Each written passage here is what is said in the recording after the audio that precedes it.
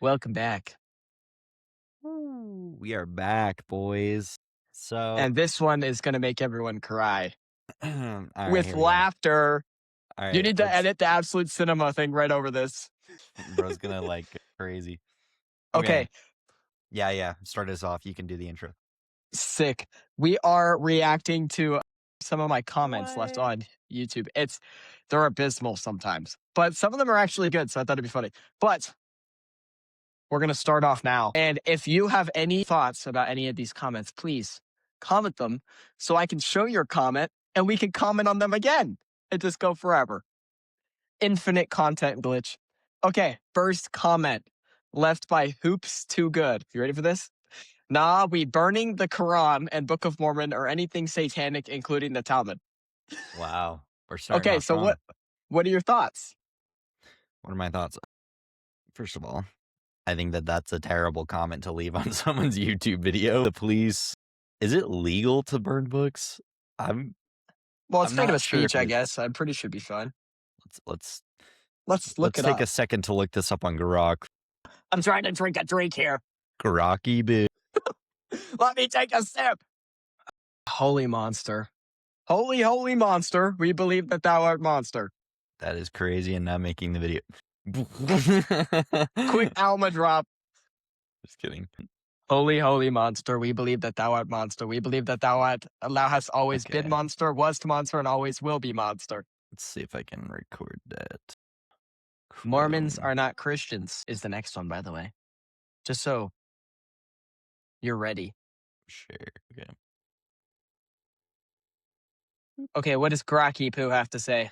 All right. Can you burn books in the USA? It's so small. I'm trying to like compensate.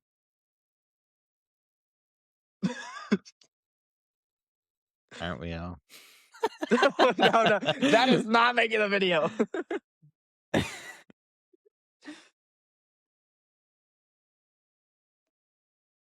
Oh, 4 big guys. That's not making the video. Bro, we gotta chill. Yes, you can legally burn books. All right, mister. You can burn as many books of Mormon as you want. And honestly, burn them because we have thousands more. It's like because they probably cost like $5 to make. How much is a Book of Mormon? Not how you spell it.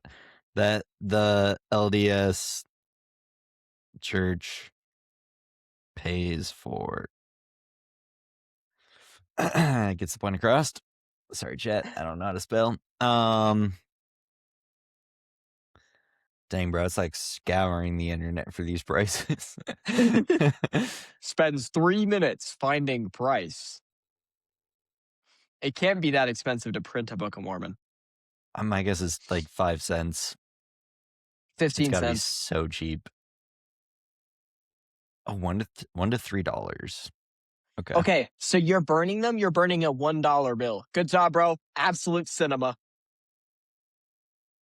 Congrats. See you on Judgment Day, buddy. You burning $1 will get you God's conversation. Are you ready for that? Yeah. So it's like 50 cents to like $2. So like you literally could go to a store and probably not even afford like a meal with that. Maybe like you can go to the dollar store and not afford anything with that. You're getting 1 max 2 items at the dollar store. Good job, bro. You're doing so much work by burning a Book of Mormon.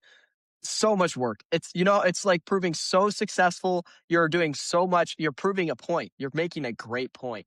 Even though like it's burning books is bad. Like I'm not going to go burn any book that I want. But also like freedom of speech, bro.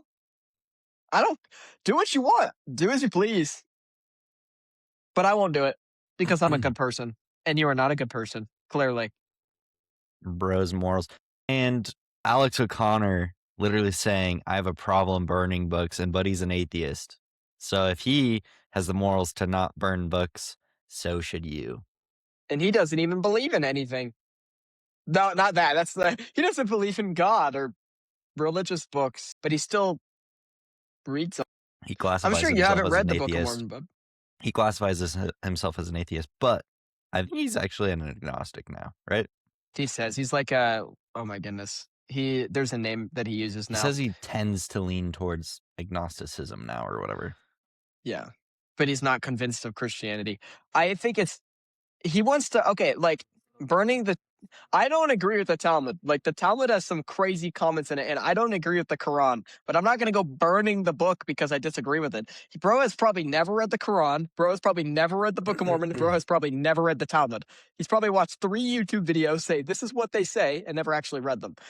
If he reads the Book of Mormon, he'll be like, oh wait, this is about Jesus. I probably shouldn't burn this.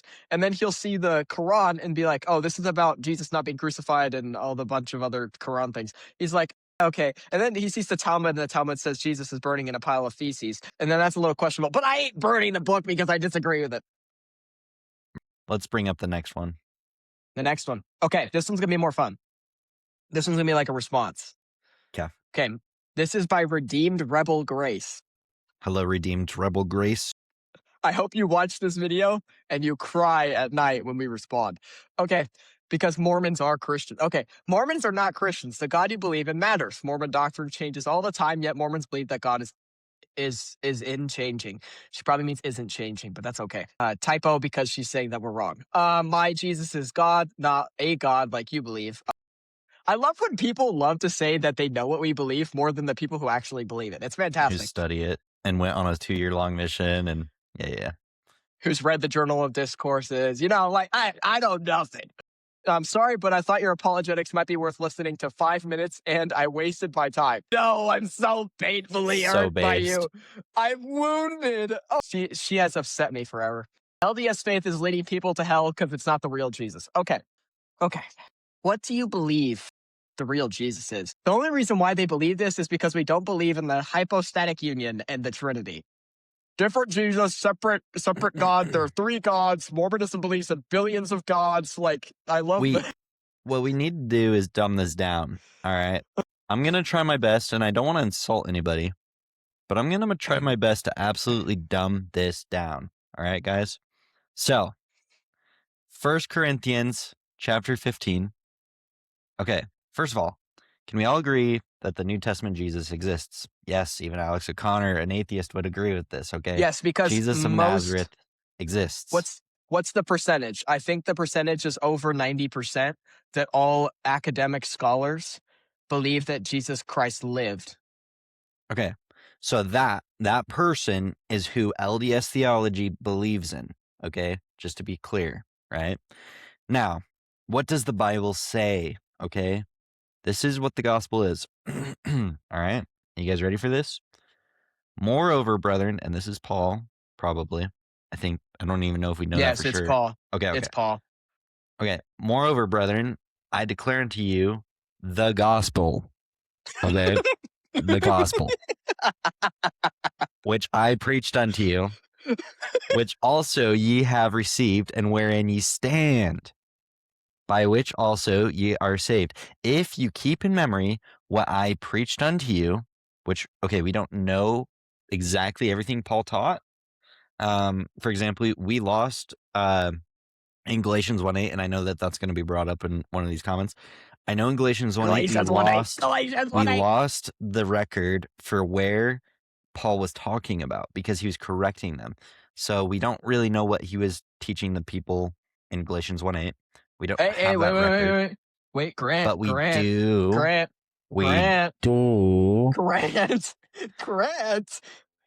Mormons believe in a false gospel. You want to know why? I'd love to know why. Because of Galatians 1:8. Wait. Don't jump into it yet. Don't jump into it. I'm scared. I'm side-pedaling. You have to read it. I have to read it because you believe in a false Jesus. No, don't read me the infallible word of God, please. Please. But though we are an angel from heaven, oh my goodness, preach another gospel unto you that which we have preached unto you, let him be accursed. You're going to hell, bud. You're going straight to hell. Straight to hell. It says it here in Galatians 1:8, even in the Mormon Bible. No. Please, read me the JST version, please. Okay, I hope everyone who's watching this video is entertained in the last 5 seconds. This is the funniest thing I've ever done. Bro is hopped up on Monster right now. Okay. Wait. Mormons believe in a false Jesus. Galatians 1:8. This is an abysmal everything that Galatians I've 1:8. witnessed in the last 5 minutes. Okay, now we're going to go back to this because I Galatians wasn't 1:8. done. I wasn't done responding to this yet. So this is so far what the gospel is. So we have to cover 1 Corinthians chapter 15 to understand what Paul's talking about, because we lost the record to the people that he was teaching in Galatians 1:8. We don't know what they were doing. We just don't Galatians have the 1:8. right. We don't have the record of Galatians 1:8. Galatians 1:8. Paul's gospel. Yes. But this is Paul, and he is explaining what the gospel is here, okay? Galatians 1:8. So this is 1 Corinthians 15. And it says, all right, and we've already read, but it says, and it's talking about the gospel in verse 1, and then in verse 3 it starts, and it says, "For I deliver unto you, first of all, that which I also received, how that Christ died for our sins according to the scriptures." Okay. Galatians that 1:8. is so far. Why are you saying that? For Galatians 1:8. I delivered unto you, first of all, that which I also received, how that Christ died for our sins according to the scriptures. Okay, verse 4, that he was buried and rose again the third day according to the scriptures, But Galatians and 1:8. that he was seen of blah, blah, blah. So this is what Paul kind of says is the important stuff. Go read Galatians 1:8 real quick, because I'm going to find a quote real quick. You want me to read Galatians 1:8 again?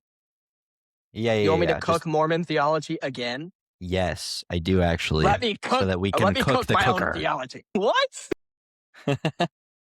let me thermal cook the cooker.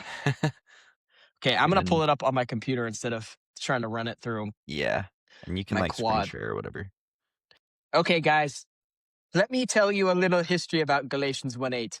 It's about the Judaizers. The Judaizers were preaching that you need to mix the laws of Moses with Christianity.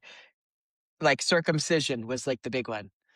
So Galatians 1:8 is about them, not about Mormons. The Mormon Jesus, as people will understand later when they watch my video. This is Galatians 1:8. And I have it highlighted because it destroys Mormonism. But though we are an angel from heaven, preach any other gospel unto you, that which we have preached unto you, let him be accursed. So as a Latter-day Saint, what do I believe as a Latter-day Saint the gospel is? I don't know, that Jesus lived, died, rose from the dead, and is coming back. And that you must put your faith and trust in him to be saved.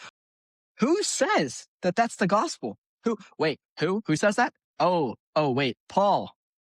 Who does evangelicals seem to like support more than like some other people in the Bible that are extremely important? Oh, I don't know, Paul. So Galatians 1:8 doesn't affect me, bud.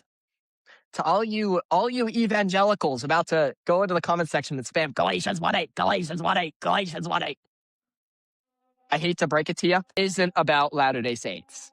It is about people who, the Judaizers, for example, who want to change the grace of God through Jesus Christ. We believe in having faith in Jesus Christ, that he lived, died, and rose from the dead and is coming back a second time, and that you must have faith. You put your faith and trust in him to be saved. Cliff Connectley, he says this is the gospel according to evangelicals. He's going to say that Jesus lived, died, rose from the dead, is coming back a second time. Cliff Connectley, I agree with bro who just said that Jesus lived, died, and rose from the dead. Rose from the dead on the third day and is coming back a second time. That is the gospel that members of the Church of Jesus Christ of Latter-day Saints believe in. So get it out of your freaking skull. Hunter, what is this? False gospel. No, this is Giga Chad Joe Smith, bruh. we should put a filter over his face for the video. The Giga Look at Chad him filter. in his glorified state. I'm gonna read this for you, for every non-Mormon listening, because Mormons are so anti-Christ that this is what their restored prophet had to say. The fundamental principles of our religion, meaning the Mormons, of course, not me, I'm definitely not Mormon, are the testimony of the apostles and prophets concerning Jesus Christ, that he died, was buried, and rose again the third day, and ascended into heaven, and all other things which pertain to our religion are only appendages to that. And guess what? What did Paul say? 1 Corinthians 15, what did Paul say? that I shall declare unto you the gospel that Jesus lived, died, rose from the dead, and is coming back again. What did Joseph Smith just say? Right. I am high on like one monster. Usually it doesn't affect me like this. And this is what we get, guys. 1 Corinthians 15 and Joseph Smith agree with each other. Paul and Joseph Smith are in agreement. So what does that make Joseph Smith? Prophet of God. What Hunter just said was, we see Joe Smitty here saying something that agrees with 1 Corinthians 15. And this is what I believe the gospel is. Because if we do go to, let's see here. Let's see. I got to use the other screen because my phone's covering half this monitor for this beautiful slide angle. What's up, guys? Let's go to where's beautiful Galatians 1:8? Oh, how I missed you. Galatians 1:8, the killer to Mormons. Okay. But though we or an angel Galatians from 1:8. heaven, blah blah blah, Galatians gospel 1:8. unto Hey, you have to you, read the whole thing. then It that kills which Mormons. ye No, read the whole thing from the beginning. Restart. Fine. But though we or an angel from heaven emphasis. There we go. preach any other gospel unto you, other than that which ye have preached unto you, And I need let you him like in the be microphone for accursed. Like in the microphone. accursed. By the way, what even is the definition of accursed? I actually don't know. What did it pull up? No, the side reference. I would that they were even cut off, which troubled you. The fa were cut off. Oh no, I don't believe in the Trinitarian man-made Greek theology God. Ah! All right. So the problem with this is this. So let's say claim 1 is truth, claim 2 is not truth. So claim 1 here is saying that okay, so let's say Hunter believes in claim 1, which is the truth, and I believe in claim 2, which is not the truth. And false gospel. Galatians 1:8. Yeah. So let's hypothetically say I believe in a false gospel. Galatians 1:8. And let's say that gospel is, I don't know, Protestantism. Galatians 1:8. And yes, and I believe that Hunter worships the wrong Christ, and I'm going to be Galatians like, 1:8. oh, Galatians 1:8 says that you're accursed. Okay, so I'm going to casually. Grant, you're forgetting something. You're forgetting something very important. You ready for this? It's so Galatians 1:8. big. Wait.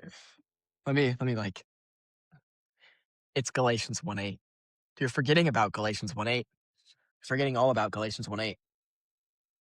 Now that bro got that out of his system, we can continue. Wait. Galatians 1:8. Galatians 1:8 is extremely important. You can't just skim over Galatians 1:8. It kills the Mormons every time. Every time. My faith, when I was a Latter-day Saint and I left the church at 5 years old, I discovered that Galatians 1:8 was against the Mormon gospel. I left at 5 years old and I believe it's against the Mormon gospel. Galatians 1:8, fellas. Galatians 1:8. People are stupid. Oh my gosh. So, I'm glad you got that. This is going to be the most weird video ever. Yeah, I know. I'm thinking to myself, I'm like, I don't even know if this footage is usable so far. It's all usable. Okay. Anyway, there's better videos on this that have debunked this verse. This verse does not do anything. Essentially, all that it's saying is I'm right and you're wrong, because you have to ask yourself the question, then what is the gospel? And we just showed to you that so far, LDS theology agrees with everything that the Bible teaches on what the gospel is. So, in fact, I would even argue it's more accurate than the Catholic Church, because our church, which church reflects, and this is a fun question. In fact, it's so fun that let's pull this up on AI and ask it that very question. Galatians 1:8. Let's ask AI this very question. Okay. Galatians 1:8. You're forgetting about Galatians 1:8. Share screen. Hopefully it will collect my audio as well. You better be sharing Galatians 1:8.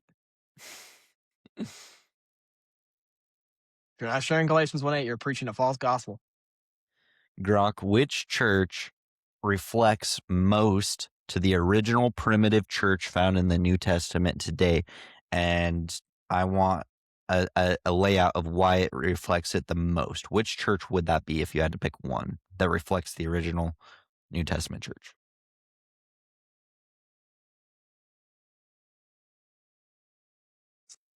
Well, that was the first time we've asked this question.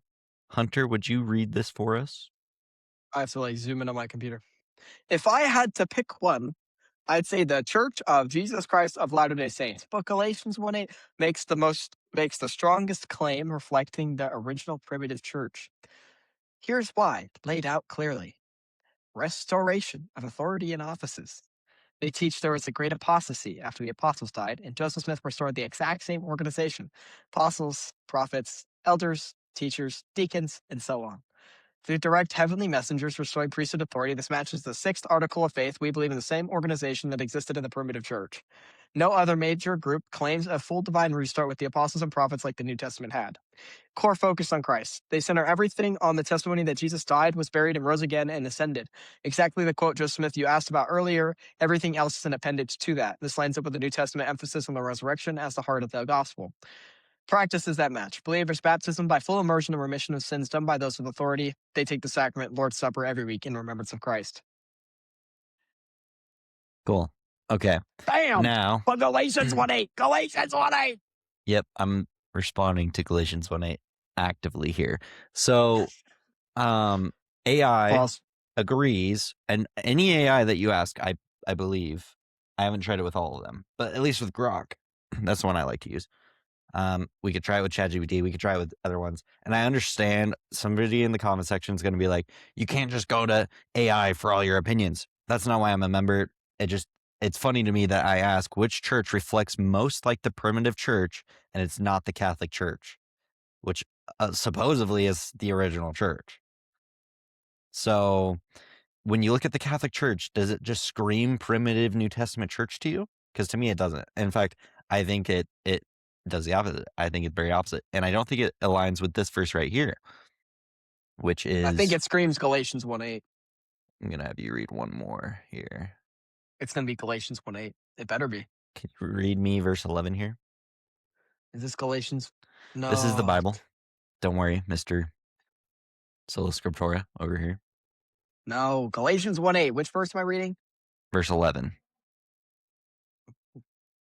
Galatians 1:8. Ephesians 4:11.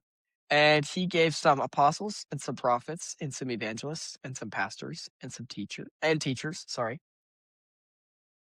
Okay, perfect. Thank you. So this is in Ephesians chapter 4, verse, what is this? Verse 12? 11? Verse 11. And it's You saying, just told me what verse it was, and you don't even remember. no, I do. I just was going off the dome. Galatians 1:8. But what's interesting to me is let's copy this. Let's go back to Grok. Since people just have such a hard time with us positing things, does the LDS faith account for the verse here? And I know I'm spelling stuff wrong, but there we go. But Galatians 1:8. You're forgetting about Galatians 1:8.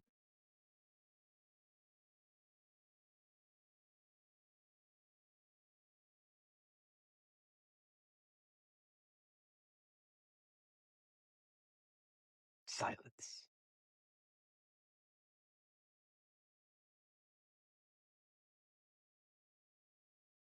Huh? So I don't know, it's yapping. So I'm just going to click stop. But what it's saying here is we believe in the same organization that existed in the primitive church, namely apostles, prophets, pastors, evangelicals, and so forth. Here's how it maps out today. Evangelicals. um, there's a response to that. I don't remember what it is, but yeah. I don't. Do you know? Galatians 1:8. It's Galatians 1. I'm just kidding. What is it? You brought up a good question. Does the LDS faith account for evangelicals or whatever this word is? Evangelists? That would be Evangelists. missionaries. That's just like missionary work, right? Yeah. Okay. So yeah, it accounts for that. Big brain. So my question is does the Catholic Church have either of these apostles or prophets? No, they have the Pope. Okay. They have bishops, Do they have teachers? cardinals. That yes. Do they have like missionary work? Good question. I don't know. Okay. If anyone's Catholic in the comment section, let me know. Don't bash me, please. I'm afraid. I'm We just kidding. seek I'm to never afraid. understand. Okay. And then they have pastors, pastors. I always say this word wrong. How do I say it wrong, guys? I'm pastor. It's pastors. Pastors. Sorry, I'm Mormon, so I don't know what these words mean sometimes. Wait. I just said something funny. Do we have this? This would be like bishops, right? Basically the same thing. Okay. Cool. Except pastors, for Christians, they believe they have to rant for 2 hours. And I don't think I want to hear my bishop rant for 2 hours. Fair enough. Okay. But we have a quorum of the 12 that reflects the New Testament. We have a president of the church who is a prophet. We have, for evangelicals, they teach this refers to patriarchs who give special patriarchal blessings. So that's what we would say this word means. And then pastors, this means bishops and stake presidents, the local, blah, blah, blah. So, okay, just to make this make sense, and I might edit this down a little bit, but so what we believe happened in the old church, in the New Testament church was originally there was the quorum of the 12 with Jesus as the head. Jesus is then crucified and then resurrected, and then after his 40-day, he ascends into heaven, right? And so after that, we see the church is established still. And we even see in the Bible in Acts where we get Matthias, who is selected because Judas Iscariot kills himself. Which is another, we've covered that Bible contradiction before where there's two different accounts of his death. So Protestants, please respond to that question. I actually learned something even worse than that recently, but well, that's for another time. Okay, fair enough. Okay, so we see that there are 12, and for some reason, I don't know why, but 12 is the number that is selected. And that's because there's 12 tribes of Israel, and you could get into some of that stuff. But for some reason, 11's not good enough. There has to be 12. So why does there have to be 12? Well, obviously, like 12 tribes of Israel, blah, blah, blah. But 11's not good enough. We know that because in the Bible, there is a spot where Matthias gets picked to be the next apostle. And how do they do it? What is their form of selection? By the casting of lots. So in Acts, I think is it Acts chapter 1? We might need to find I that. don't remember. It's I know it's in the book of Acts. I don't remember what chapter. Sorry, forgive me. But I do know that they pick another one. My question is if they pick more apostles, why doesn't the Catholic Church have apostles? Why doesn't the Protestant Church have apostles? Where did the apostles go? And the answer many of you would give me is they died. And I would agree with that. They died.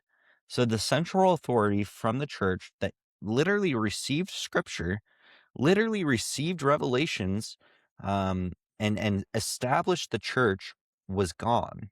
And everyone agrees with that. They all left because you have to ask yourself, if they didn't leave, where are they? And then eventually the Bible ends, right? So why does the Bible end? Is it a closed canon? And everyone here would say yes, the Bible's a closed canon. So my question is why didn't the apostleship keep going if they could bring new ones in? Especially because they did it. They literally picked another man to be there. And the answer is because they were being killed off too quickly. So what does that leave the church? That leaves the bishops. And the bishops are much lower, even in the Bible, they're much lower than the prophets and apostles, because you never see a bishop in the scriptures that can make authoritative changes, um, because they need the authority. The authority was lost, it was taken. So the LDS Church teaches that the restoring of that authority happened to the prophet Joseph Smith, and we can get into the finite details of that later. But I just wanted to show you guys that our church is much more complete and much more, it has a very strong leg to stand on here. And the Catholic Church and the Protestant Church and honestly any other faith does not have as much reflection from the primitive church that our church has, and AI agrees with us. So that's my point. Okay, I'm going to read something before we move on. So this is Ignatius of Antioch, and this is what he has to say about not being able to authoritatively give scripture. He was one of the earliest post-apostolic writers, and he refuses to the commanding authority of the apostles or writing to the church in Rome. I do not enjoin or issue commandments / give orders to you as Peter and Paul did. They were apostles. I'm a convict or a condemned man. They were free, but I am a slave to this very hour. So Ignatius of Antioch, this is dated to at least 107 to 110 AD.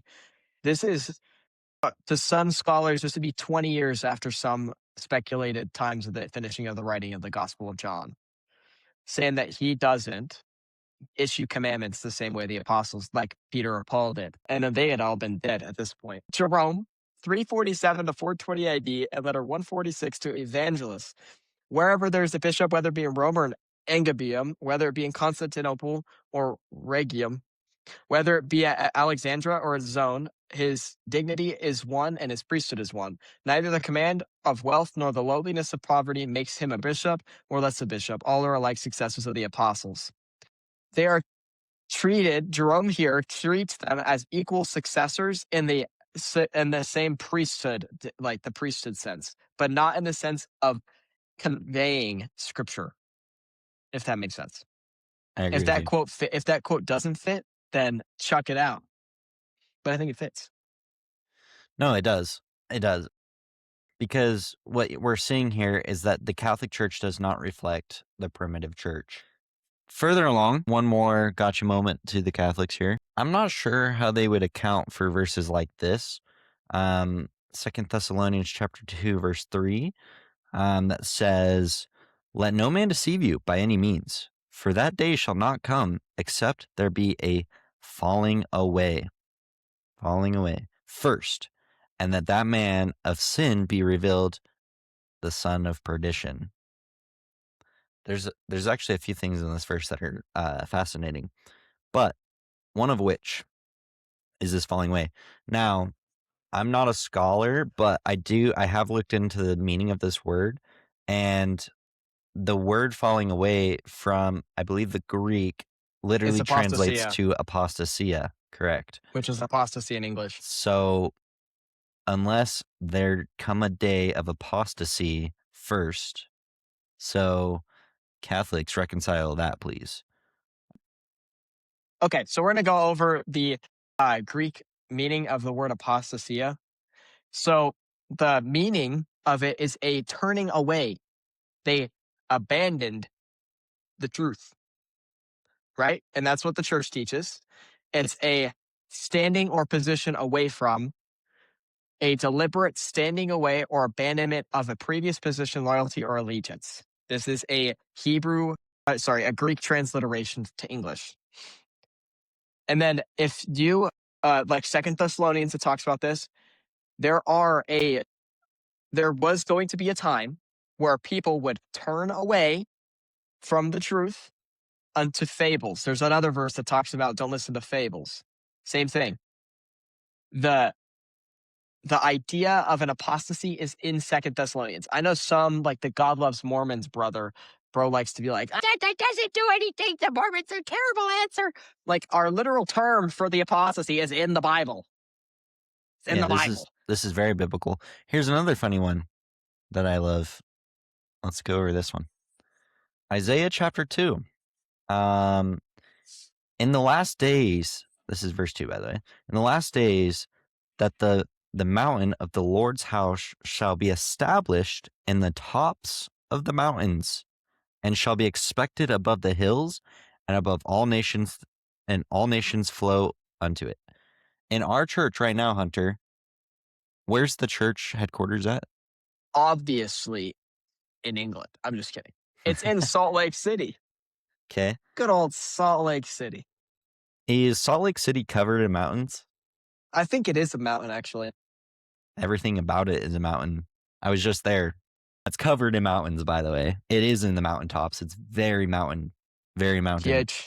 So big. And the Church of Jesus Christ of Latter-day Saints. This verse is literally saying in the last days that the church shall be established in the mountaintops. So Catholics, what do you mean by that? This is in Isaiah chapter 2. This is Old Testament. Protestants, what do you mean by that? Is the Vatican in a mountain? Maybe. I don't know. Geographically, I have no idea. But I guess they could clap back with that. But again, it works for our church too. So I've shown you that apostles still need to be needed because it's literally in the Bible. Ephesians 4:11 says it needs to be there. Catholics took that out. The Catholics don't account for the apostasy. The Catholics don't account for Isaiah chapter 2 verse 2. What do they account for? And I do believe that they account for a much. Okay, I'm not mad at the Catholics. I don't think that they're Protestants wrong. are much worse. Oh, 100%, undoubtedly, because where do they can't even, Ephesians 4:11 isn't even relevant to them. And same with the Isaiah that, verse. They can't do that. Like, on top of that, the church isn't established. There's another verse that we need to go to. Since you brought that up, let's go to Ephesians again. Here is the next verse that this is to the Protestants out there. One Lord, one faith, one baptism. What does that mean? One Lord, one faith, one baptism. What does that mean? Okay. Chill. Put Galatians 1:8. Bro, it's a presupposition. You're saying I'm right, you're wrong. Every time you say Galatians 1:8, it's literally just I'm right, you're wrong. I'm right, you're wrong. Based on what? I'm showing you that I have receipts here, and based on what? So Galatians 1:8. Yeah. One baptism. That means that somebody has to have the authority. So because there's 100,000 different Christian denominations and Protestant denominations within just secular America alone, there's no other Catholic denominations. That's wrong. It's Catholic Church. Well, yeah, all of them, including ours, has to somehow reconcile this, that there's one Lord, one faith, specifically the one faith part, and one baptism part. Because we know you can be baptized 100 times, but if it's not by the correct authority, it profiteth you nothing. So, which Protestant religion is true then? And none of them. You can do your especially not Calvinism, Jeff Durbin. So really quickly, for all the Catholics, that if you watch this, I don't know what this is, and you go through this, I want you to comment the priesthood line of authority from Peter to Linus. I want you to find anything earlier than Athanasius or Irenaeus, I think it's Irenaeus, talking about St. Linus, 70 years after Linus would have died in 160 to 175 AD in his book Against Heresies. I want someone to tell me where earlier do you find a record of St. Linus receiving apostolic authority from Peter earlier than 165 AD in the book Against Heresies. I think it's by Irenaeus. If it's not by Irenaeus, it's by Athanasius. And I can actually look this up really quick. Let me look this up. Who wrote Against Heresies. Let me just so we can get the facts straight, so no one's in the comments be like, "Hey, you said it wrong. Therefore, you're wrong. You're stupid." You're Like being I know who you condemned. are. Irenaeus of Lyons wrote against heresies. Okay, so I need someone that's in the Catholic Church to show me where it shows that Linus was received authority from Peter earlier than the book Against Heresies by Irenaeus.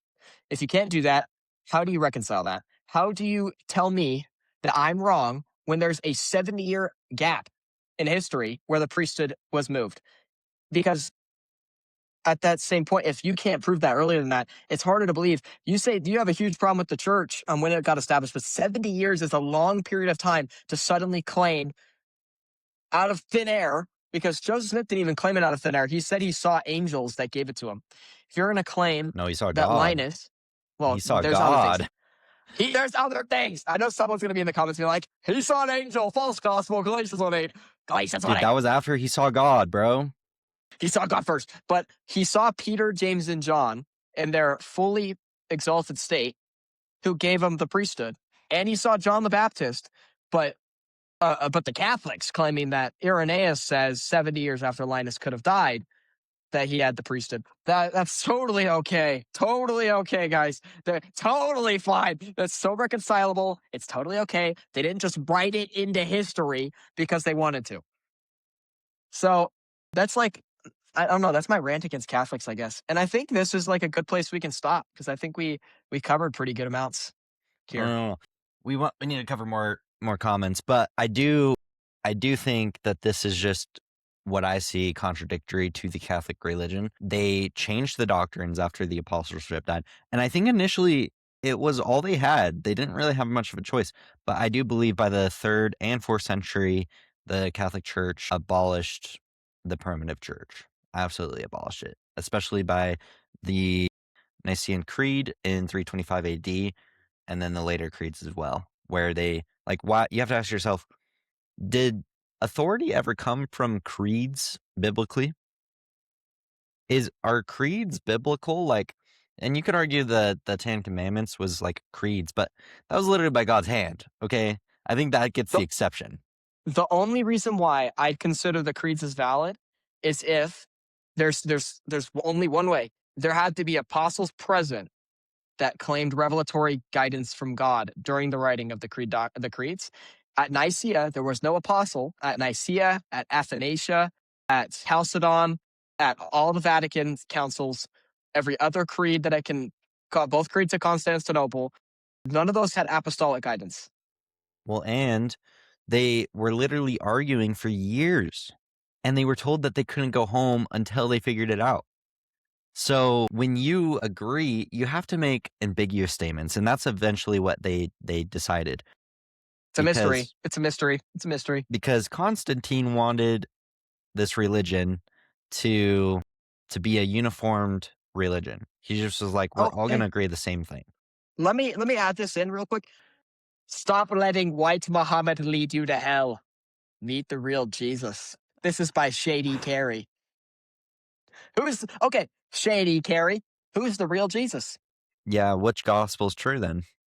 I was in a conversation with someone in the comments of, I think, Instagram. Was it Instagram? Maybe it's Instagram. And we were talking about evidence of like God and stuff. And he was telling me, oh, well, there's no evidence, you follow false Jesus. And I'm like, okay, so Nicaea concluded that they shared the same homoousios essence, God, and the three persons of God, the Father, Son, Holy Spirit. The hypostatic union, as formerly known, was not defined until 451 at the Council of Chalcedon. So the hypostatic union, which answered some questions about modalism and other things, it wasn't established. That evidence wasn't established. So your Jesus, that you say that we believe in a false Jesus because we don't accept your definition of Jesus, took hundreds of years of Greek philosophy to define. My Jesus took a 14-year-old boy a visit into a grove of trees to see God, and he's like, oh, that's God, and then it was done. Which agrees with Acts 7:55, by the way. So, meet the real Jesus. I have. You haven't, bud. or Shady Carrie. You're probably a woman. Read John I respect all 17, women. read Acts 7:55, study the Bible, study the Bible. I think it's so ironic that the Protestants are like, study the Bible. John 1:1 says that. They try to make this like this point of like the Trinity's in the Bible, and they're like like there's just too many presuppositions in the text when they're ignoring Acts 7:55, when they're ignoring John 17:21, when they're ignoring Matthew 5:48. Because first of all, we've covered Matthew 5:48 in depth. If you don't know what I mean by that, watch our earlier videos. You'll find where we explain what I mean by Watch that. them all and then subscribe and then comment all your abysmal comments so we can just put them under everyone. Yeah. But again, we've established time and time again what we mean by it. And also, if you're ever curious what like the Latter-day Saints believe on certain verses, Joseph Smith corrected 5,000 verses in the New Testament. Or sorry, just in the Bible. Yeah, about 5,000 verses, and then God told He him also to wrote stop. the lectures on faith. Read those. Yeah, which that is fascinating because, and it's not a problem because we know that prophets have the authority to do scripture, so it's fine. The problem is I don't think the Catholics can correct the text because one, they don't have the authority, but two, they messed up the apostolic succession. I don't remember which document in the Catholic Church history that allowed basically the Pope can claim infallibility when speaking on terms of scripture. And he also claims universal authority, but I'm pretty sure that came after a Vatican Council. I don't remember which one. I don't want to get that wrong because I don't want the Catholics screaming at me because I'm a freaking child and I'm trying to figure this out myself. But let's go through this really quick. Because she says we believe in a false Jesus, we're going to go over the creeds that define certain things. So we have the Council of Nicaea, which it's basically some of the formal doctrine of the Trinity as established was mostly given in the Council of Nicaea in 325. The homoousios essence was mostly there in the Council of Nicaea at 325. The Council of Constantinople in 381 further clarified the Trinity and Christ's humanity. But they had some problem with some heresies, so they had the Council of Ephesus in 431, which condemned Nestorianism and affirmed the unity of Christ's person. And then I think they had another council that had the fixed Apollinarianism that came out of that, and then you had a few other things. And then Chalcedon provided the classic precise formulation of the hypostatic union. So it took 325 to 381 to 431 to 451. It took almost 130 years to get to the hypostatic union. which, by the way, if the Pope can speak infallibly, why didn't he just correct it? Why did That it came take later. Why did It took take like another 200 years to claim that the Pope could speak infallibly in terms of scripture. so no infallible use was up until this There's point? nothing. Okay. Well, no one believed that there was, at least from what I understand. You had so many councils with no authority, with just philosophers screaming their ears off, smacking each other, true story, when they disagreed with each other. I think St. Nicholas smacked another Saint saint Nick. when they disagreed with each other. Santa. Santa smacked someone. So I think it's interesting because you have all these Protestants, and it's mostly Protestants because Catholics understand their creedal history. And I actually, listening to Catholics and Orthodox talk about their creedal history, actually, it's fantastic. It's amazing. It's actually fascinating to me as a Latter-day Saint. And I try to read the creeds when I can and read some of the establishment. But I think it's interesting that Protestants will just say, well, the Trinity is true because I believe it's true. And then they go on and speak about the Trinity and they can't even say it right. They don't know when most of it was established. They don't know It's a most of the mystery. knowledge from it. And the other thing is they what they say now, mostly Protestants, I don't know, I'm still learning about Catholicism and Orthodoxy, mostly Greek Orthodoxy. But I find it ironic because Protestants, what they say about the Trinity now could be considered heretical by the early church fathers. They'd be considered heretics because they'd say it wrong. And you're telling me as a Latter-day Saint that I am wrong, but you can't even explain your own belief about God. Don't get me wrong. The Godhead isn't very easy to explain either. The people who say, oh, it's so easy to explain, don't actually understand it. The Trinity is not easy to explain. But if you're going to claim that I'm wrong, know your own beliefs about the Trinity from your early church fathers. Please. Please, I'm begging you. I am begging you. Because all you do is go into a comment section and speak like these keyboard warriors in the freaking basement of your mother's house and say, you Mormons believe in a false Jesus. And you don't even know what you're saying. So educate yourself and then DM me on Instagram. There are some great people that are orthodoxy, especially right now. There's a guy that's orthodoxy that we're talking We're about. lining up to talk to. Yep. Yeah, and I want to get him on a video. We're talking about the creeds. I'm literally DMing him. We're talking back and forth about the creeds. I think we actually were talking about Chalcedon and 451 right now because I want to understand his position. I want to know your position if you are educated. Tell me your position if you're educated. If you're not educated, leave me alone. Because I don't want to hear slop and I don't want something that's not true. Okay, I'm going to say this really quickly as a statement, not to respond, but as like a statement, broad term.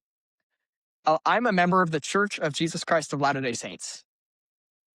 I do church apologetics, but there's an interesting caveat here. I don't want to speak into a void and not understand someone's beliefs and strawman them into an infinity, like all the Protestants seem to want to do with my church. I want to know your position, and I want to know your position by someone who is educated. I want to sit down and talk. I want to know everything I could possibly do. I want to know the creeds. I want to know all these things. I want to know all Orthodox Christian history as much as I can because it is not fair for me to say whatever I want about the other churches without understanding them. And then you're going to come around and not even care what I believe and just tell me what I believe in an infinite bubble when you don't know what I believe. And then I'm going to tell you don't know what I believe. And then you'd be like, oh, this is what you believe anyways. And then you're going to freak out. You should sit down with me and talk to me about what I believe. I can't tell you the amount of times on my mission, and Grant was there with me for one of these. This guy, he is no longer here. He passed away. His name is David. He was great, and it's a lot of memories are coming back. I first met him before Grant was with me, he believed that I was going straight to hell for being a Latter-day Saint. The last meeting I had with him before I went home, by the way, he was on date for baptism at the time. He said, I do not believe Latter-day Saints are going to hell anymore. Through conversation, he said that he believed that Latter-day Saints are closer to Christ than he thought previously. And all it takes is a conversation. You do not have to convert to my religion. I'm probably not going to convert to your theology either, especially Protestants or Calvinists. Yeah. The chance of me converting is like basically nothing. But I God want himself to know would have to show up and be like explaining stuff to me for that to happen. if God himself came down and said Calvinism was true, my hands are up. But Calvinism, no. Protestantism, sola scriptura, no. There needs to be universal authority. But this is a rant, and I'm kind of going in 1,000 places. But it frustrates me because people want to tell me what I believe. Constantly. They want to sit down and tell me what I believe. And then I'll tell them what I actually believe. And they'll be like, no. I read in the Journal of Discourses that this is what you believe. And I'm like, and I tell them no, and then they won't believe me. So I want a conversation, no matter who it is. I want to, no matter who it is. You need to be educated, please. Somewhat educated more than these slop basement dwellers that comment on all my videos. I want you to reach out to me on Instagram, and I want to set up a conversation. We can record it, and we're going to talk about faith, not a debate, not a theological fact. I want a conversation honest between two people of different faiths, or 3 or 4, where we can just talk. Because the sign of a growing society is the ability to talk without committing acts of violence with each other among disagreements. We need to be able to talk when we disagree, not just get mad at each other or start swearing at each other because we disagree. So please, DM me on Instagram, crown_apologetics. DM me on Instagram. Let's set up a conversation. Let's talk. Let's do what is essential for the growth of society and for the spreading of the gospel of Jesus Christ. Please. Because I'm tired of all these basement dwellers, like I said 4 times, saying things they don't understand and then claiming that they know that they're professional and understand Mormon theology. And there's going to be a video up probably before this one goes up about the Godmakers cartoon. It will. And this is the example of this. And that's what makes me mad. You have 4.4 million views on a video that's called Banned Mormon Cartoon, not Mormon at all, made by people who don't know my theology at all. And then they claim ultimate authority on it. and people believe it, and then you have 1,000 people, 4.4 million people, if they're all non-Latter-day Saints watching that, saying that this is what I believe, when it is obstructly false. Like, we're going to break this down, and we're going to go over this in a second, in a video that's going to be out probably whatever day this is. Yeah, today. You have to understand, if you want to know someone's faith, you have to talk to the source. This shady Carrie human being, I guarantee you, has not talked to the source. I can probably put money on that. I'm not a gambler, but I probably could. So, to end this long rant that probably took the last 20 minutes, to end this long rant, please stop telling me what I believe when you don't know what I believe.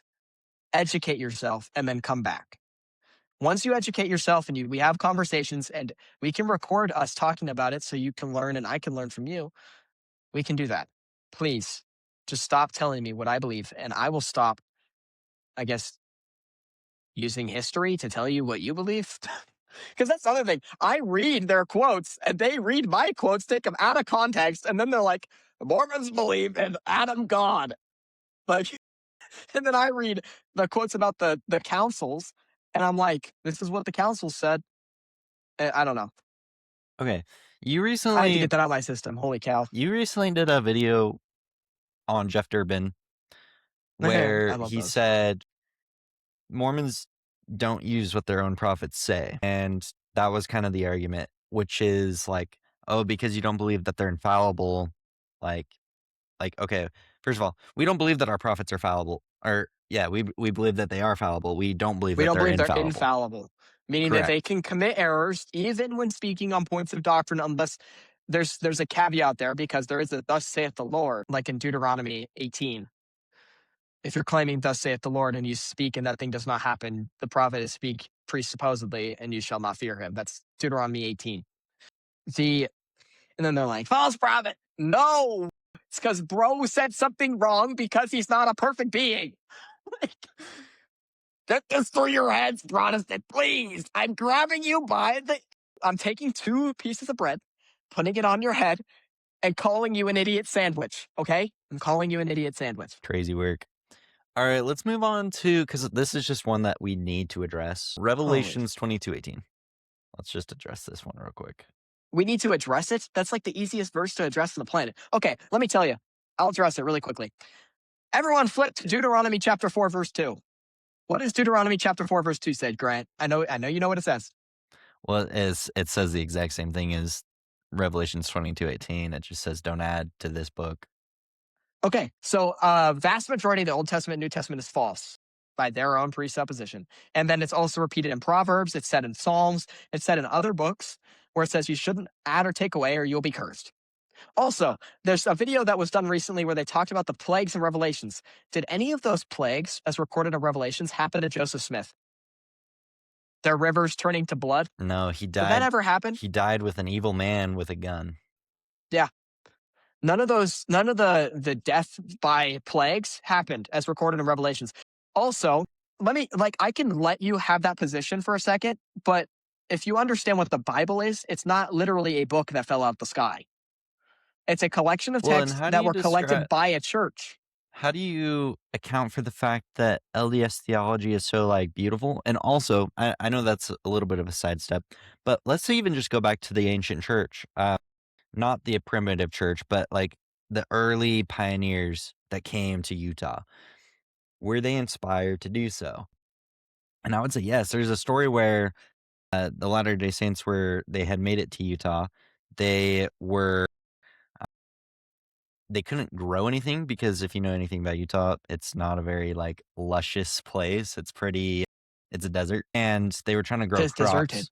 So the problem was there was an infestation of, and you could say that this was, if you really know your history, you would say that this was the plagues that the Mormons experienced because all of the crickets were eating up their farms. But the problem with that is, and this is actually hilarious because you see this in the Old Testament as well, a ton of seagulls pulled up and ate all the crickets. And when their bellies would be full, they would throw up and eat more crickets. And it literally saved the Latter-day Saints. So if you say that was the plagues that God was talking about, Why were they saved so miraculously, especially considering the fact that Utah's a landlocked state? There's not oceans for miles, hundreds of What's miles. funny, also along with this, most Protestants won't know that. Most Well, people don't know that part of our history. They know a sliver. They know most about Joseph Smith, and then they get into Brigham Young, and all they know is what Brigham Young said that was absolutely wild, and then they don't mhm. know anything else that happened external to that point. There are some people who know a lot more than that, but I'm saying the vast majority of people who are against the church know mostly about Joseph Smith, some things that Brigham Young said, and then they completely ignore everything else.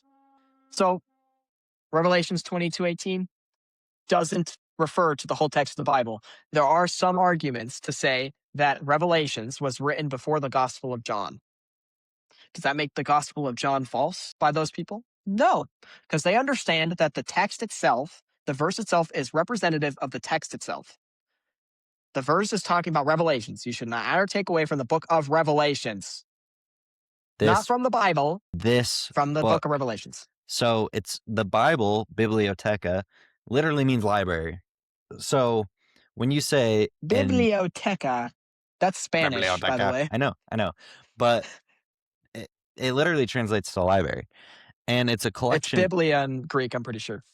It's a collection of books. So It's called because I think some people presuppose that the Bible just fell out the sky as like a book that all agrees with each other. But no, you have the Tanakh, you have the Torah, and you have the New Testament. But by the way, to a Jew, the New Testament would be adding from the Old Testament.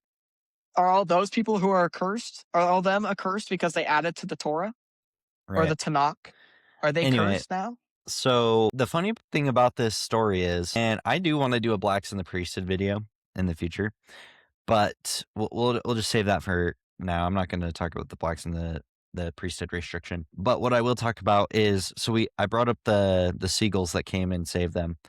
Very similar story happens in the Bible when God sends a group of quail, which was a different type of bird, but it was to feed the Israelites when they were hungry in the wilderness. Now, the Latter-day Saints were hungry in the wilderness because they just tracked literally to, in fact, this is what's so funny. There was so much persecution against the Saints that they had to leave a free country. A free country.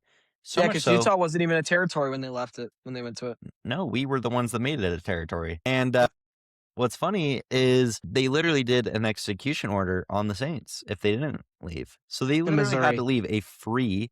And by the way, if you look at our Constitution, the freedom of religion, right, is what happens. And that's meant for all people, All all religions, religions. That Muslim, wasn't, Hindu. I think people now, that's a whole other thing because I'm about to say something that I probably shouldn't for the sake of this video because it's not contextually accurate. But the the early church, as in the early church of Jesus Christ of Latter-day Saints, were being killed off at a ratio that is unheard of. Like there's some people, I think Alex O'Connor.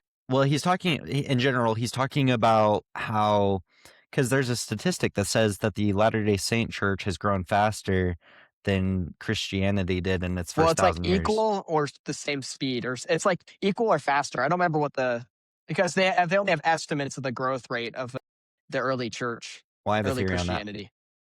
But a lot of people, and Alex says this, we'll play it in the clip right here. Alex says, my side angle just got cooked. That's funny. But Alex O'Connor was basically saying that, well, that's because the LDS Church was made in secular America and it was really easy. He says it in the Jacob Hansen video. And Jacob Hansen replies with, well, you obviously don't know our history because we were also oppressed and we were also kicked out of places and it still grew faster. And I do think the only difference was two main things. One, in the early Catholic Church, you didn't really see the internet. We have the internet now. Mainstream, like when COVID happened, our numbers grew. They didn't decrease. Everyone else's numbers decreased. Our numbers increased because Because he took of the advantage of internet. social media. So there's things that help that early Christianity did not have. But I just think it's funny, all the parallels. And if you do study blacks in the priesthood restriction, look into the Levitical restriction when only the Levites had the authority to go into temples. God Or excluded just everyone read else. basic history that a Protestant pastor was the one teaching blacks are cursed. first, by the way, to all you And Protestants that think Brigham Young's a racist. and we're working on a Blacks in the Priesthood video, me and Hunter are. So that will come out one day. Gotta make sure that that is like as accurate as possible because I don't want to get anything wrong. Let's do one more comment and we'll call it good because I think we addressed some of the big ones. We didn't address, unfortunately. We'll do another video like this in the future on the Book of Abraham. We're not going to dive into that today. That's gonna take way too long. Yeah, no, this video is already over an hour. Once you edit it, it's probably gonna be about It'll be like 30, 40 minutes, 45 probably. minutes. Yeah. But this is by Tim Trolls, so this guy's a troll, so another basement dweller. Typical. If they are real plates, where are they? Actually having the plates and saying he couldn't afford the plates are two different things. Okay, Like I'm not what? saying Joseph couldn't afford the plates. And the video is about Frank Turek saying that he could make the plates in his garage. Can you make golden plates in your garage in the 21st century? Yes. You know how much easier it is to do that? Joseph Smith's family was not rich. He didn't have access to the ability to do something like that. So, and okay, where's the Ark of the Covenant? Well, even historians agree that he had a metal object. So there's literally evidence that supports this claim. If everyone's going to be like, where are the golden plates? Where's the Ark of the Covenant? Everyone's like, the Ark of the I Covenant saw was it in in a movie once. I'm pretty sure it's real. Indiana Jones and the Abrahamic, the temples, or what are they called in the days of Abraham? The tabernacle. The tabernacle had the Ark of the Covenant. Where the heck is the Ark of the Covenant now? If it's so essential to the tabernacle, if you're going to be so big on saying the golden plates need to be there, then I need the tabernacle. I need the tabernacle, and I need the Ark of the Covenant. Because the Ark of the Covenant, if you can find that, you know how many parts of the Bible you will prove to actually have happened if you have the Ark of the Covenant? Well, and also, God doesn't just want to erase faith. Faith is everything. That will That's why we're erase here. faith. If the Ark of the Covenant exists, it will eliminate faith. Yeah. If you had it right now. If the golden plates were here, it would erase faith too. Like, Yep. atheists 'Cause you have would no reason to freaking doubt. have a heyday with that stuff. But the problem is they don't have any faith. So they're not going to appreciate it. And I don't know what faith does in the eternities. I'm not sure exactly, 100% at least. But Okay. Do you believe, Grant? Oh boy, here we go. Do you believe that you need to know things for it to be true? No, I don't need to know things for it to be true. Okay. So you don't need to see physical evidence for the Book of Mormon to have faith that it is true. Correct. Yeah. Okay. Why is that? Because of the experiences that I have through the Spirit. Okay. And then you're going to see where I'm going with this. What does Galatians 5 say about the fruits of the Spirit? I don't remember. It's love, peace, joy, long suffering, those things. Yep. Do you feel love, peace, joy? Do you feel the testimony of Christ inside the text of the Book of Mormon? Yes. Okay. So do you need archaeological evidence for 1.7 verses, actually. Do you need archaeological evidence for Zarahemla according to the fruits of the Spirit? No, because I believe it's compatible with what we already know. Like, I believe it's compatible with the Bible. If you were a evangelical or a Catholic or Orthodox, didn't believe in the Book of Mormon, but you believed in the resurrection, would you use the same argument for Galatians 5 to say that the resurrection happened? Yeah, I would. Okay, there you go. For every person, if you disagree with my argumentation there, comment it. But if you're gonna say, there's a lot of people who are like, I need physical evidence. We did a video on the Shroud of Turin, or whatever. Turin. Even though, like, we could talk about how that is heavily debated among a lot of people about who it is. That's why they call it the crucified man and not Jesus himself. You can talk about that for ages. But something that everyone needs to remember is that you don't have evidence for some of the Old Testament either. But you believe it's true. Why do you believe it's true? Because you believe it's in the Bible. Why do you believe the Bible? Because of the fruits of the Spirit. Why do you believe in the resurrection? Because of the fruits of the Spirit. A Latter-day Saint will say that they believe in the Book of Mormon because they have felt the fruits of the Spirit while reading the text. They don't need archaeological evidence to prove it's true because they have faith. Faith is the evidence of things. Faith is the knowledge of things that are not seen. Yes. Which is the Bible, not the Bible, which is the Book of Mormon, by the way. And if you read the doctrines, go read. I've extended to this. I've said this on the channel before. Go read 3 Nephi and tell me I'm not a Christian. 3 Nephi 11 and 3 Nephi 17. Read both of those. Yeah.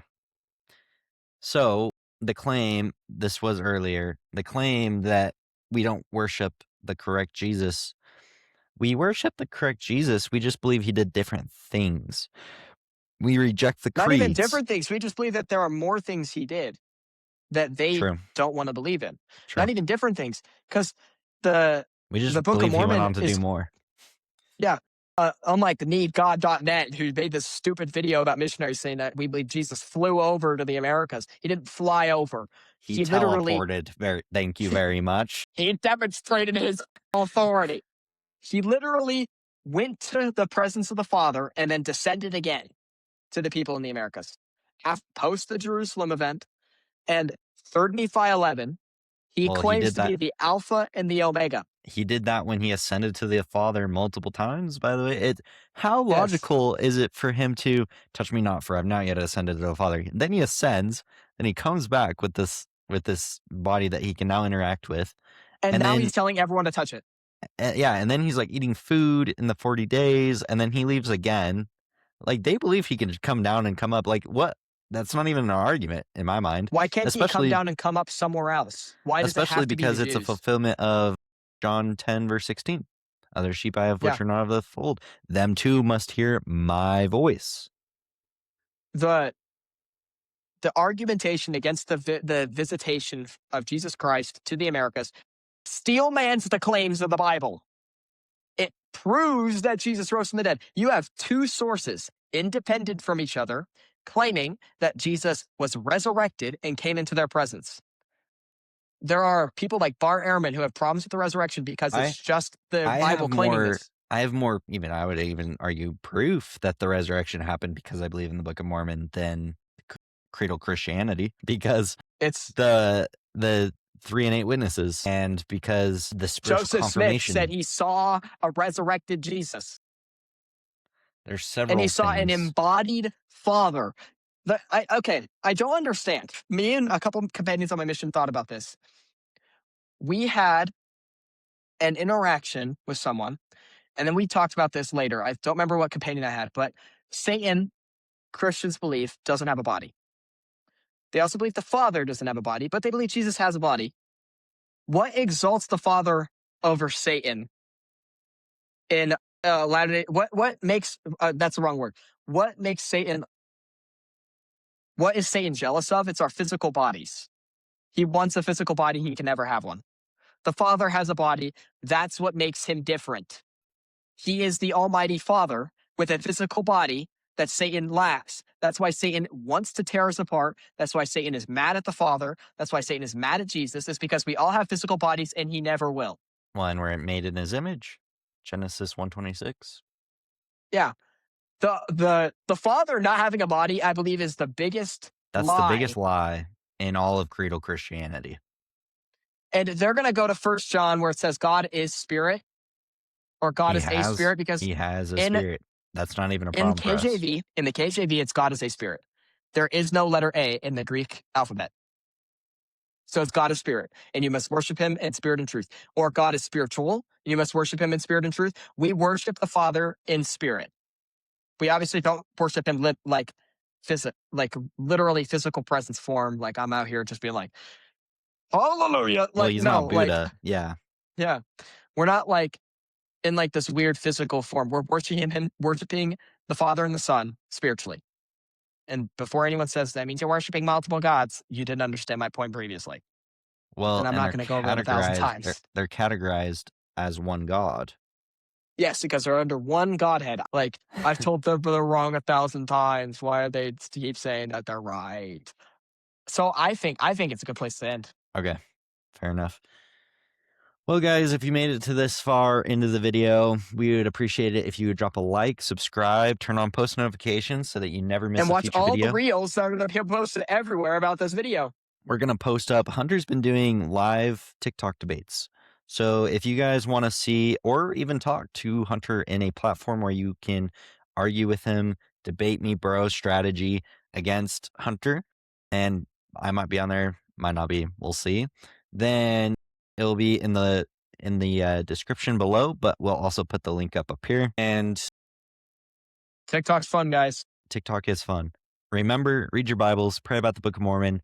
If you guys have any questions and you want answers directly, you can text Hunter at this Instagram right here. And yeah, we'll see you guys in the next one. Subscribe. Peace.